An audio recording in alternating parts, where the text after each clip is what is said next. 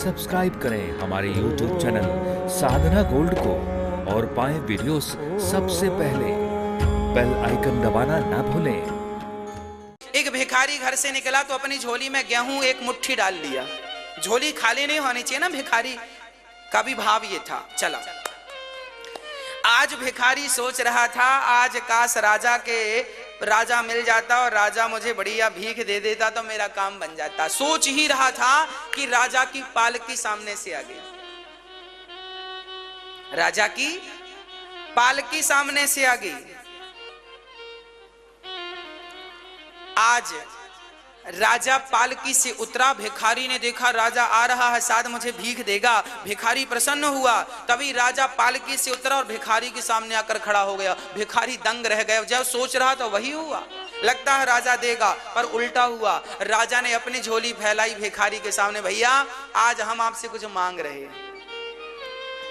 आज राजा ने भिखारी से कुछ मांगा तो भिखारी दंग रह गया। राजा मांग रहे हैं। तो भिखारी ने अपनी झोली में हाथ डाला तो मुट्ठी भर गेहूं आ गया। तभी भिखारी को लगा हे भगवान, मुट्ठी भर आया तो पूरा है, जितना था पूरा आ गया।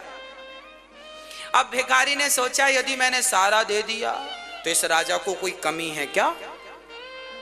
तो राजा, उस भिखारी ने अपनी मुट्ठी ढीली कर दी और ढीली कर दी तो बहुत सारे दाने उसकी झोली में गिर गए।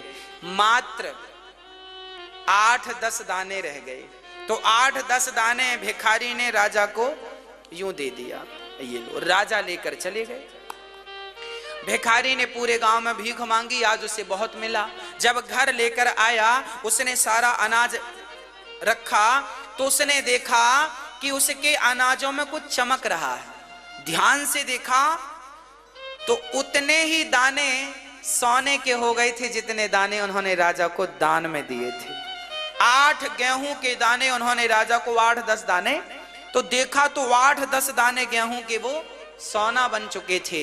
अब भिखारी रोया, हे भगवान मुट्ठी भरी थी पूरी दे दिया होता तो पूरा सोना बन जाता, ये 10 ही सोना बना। मतलब आप जितना दे रहे हैं वो आपको सोने की कीमत दे करके जाएगा, सोना बनकर आपको मिलेगा। दिया हुआ दान कभी व्यर्थ नहीं जाता। जितना हम देते हैं, अरे किसान खेत में 1 कुंटल गेहूं डालता है तो 4 महीने में 20-25 कुंटल आता है कि नहीं। जब जमीन, जब भारत माता, जब मिट्टी 25 गुना करके लौटाती है तो विचार करो बिहारी जी कितने गुना करके लौटाएंगे।